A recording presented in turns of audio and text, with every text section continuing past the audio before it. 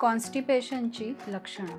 रोज पोट साफ न होणे, 2-3 दिवस सलग मोशन न होणे, कडक किंवा कठीण होणे, जास्त वेळ बसावं लागणे, पोट साफ होतं पण समाधानकारकपणे होत नाही, पोट फुगणे, गॅसेस, ढेकर, भूक कमी होणे, पोटात एक जडपणा, अंगामध्ये एक प्रकारची सुस्ती येणे, जिभेवर पांढरट थर येणे, त्वचेच्या समस्या म्हणजे पिंपल्स, डल स्किन, अशी बरीच लक्षणं ही केवळ पोट साफ न होण्यामुळे उद्भवू शकतात. तर यामध्ये धोक्याची लक्षणं कोणती? मोशनमधून रक्त येणे, वजन अचानक कमी होणे, वारंवार उलटी, पोटदुखी किंवा स्किन ॲलर्जीज.